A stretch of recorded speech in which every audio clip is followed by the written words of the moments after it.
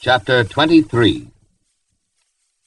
And Paul, earnestly beholding the council, said, Men and brethren, I have lived in all good conscience before God until this day. And the high priest Ananias commanded them that stood by him to smite him on the mouth. Then said Paul unto him, God shall smite thee, thou whited wall. For sittest thou to judge me after the law, and commandest me to be smitten contrary to the law? And they that stood by said, Revilest thou God's high priest? Then said Paul, I wist not, brethren, that he was the high priest. For it is written, Thou shalt not speak evil of the ruler of thy people. But when Paul perceived that the one part were Sadducees, and the other Pharisees, he cried out in the council, Men and brethren, I am a Pharisee, the son of a Pharisee. Of the hope and resurrection of the dead I am called in question.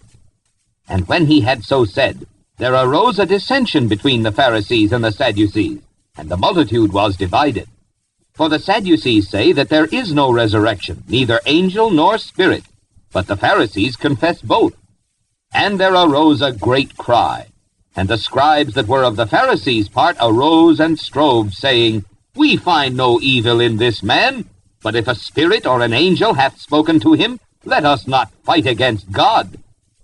And when there arose a great dissension, the chief captain, fearing lest Paul should have been pulled in pieces of them, commanded the soldiers to go down, and to take him by force from among them, and to bring him into the castle.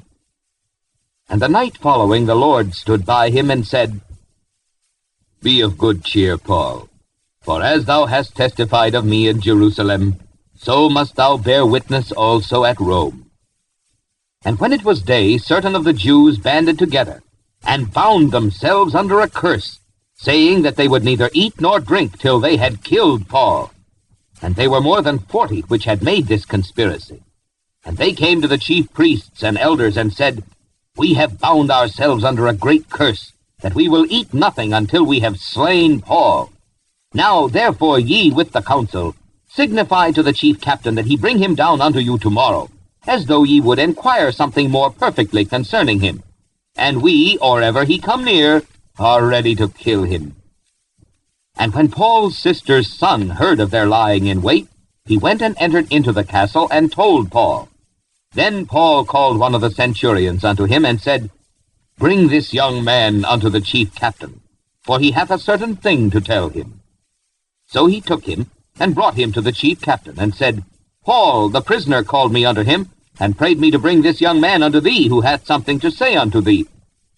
Then the chief captain took him by the hand, and went with him aside privately, and asked him, What is that thou hast to tell me?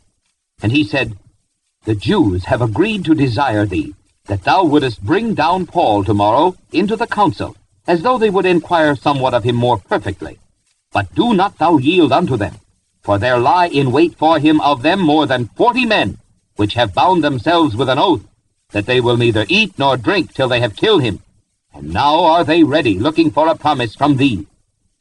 So the chief captain then let the young man depart, and charged him, See thou tell no man that thou hast showed these things to me. And he called unto him 2 centurions, saying, Make ready 200 soldiers to go to Caesarea, and horsemen 60, and spearmen 200 at the 3rd hour of the night, and provide them beasts, that they may set Paul on, and bring him safe unto Felix the governor. And he wrote a letter after this manner. Claudius Lysias, unto the most excellent governor Felix, sendeth greeting. This man was taken of the Jews, and should have been killed of them. Then came I with an army, and rescued him, having understood that he was a Roman. And when I would have known the cause wherefore they accused him, I brought him forth into their council, whom I perceived to be accused of questions of their law, but to have nothing laid to his charge worthy of death or of bonds. And when it was told me how that the Jews laid wait for the man, I sent straightway to thee, and gave commandment to his accusers also, to say before thee what they had against him. Farewell. Then the soldiers, as it was commanded them, took Paul, and brought him by night to Antipatris.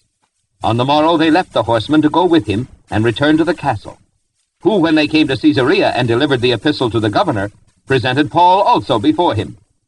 And when the governor had read the letter, he asked of what province he was.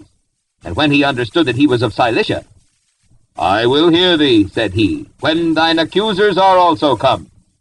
And he commanded him to be kept in Herod's judgment hall.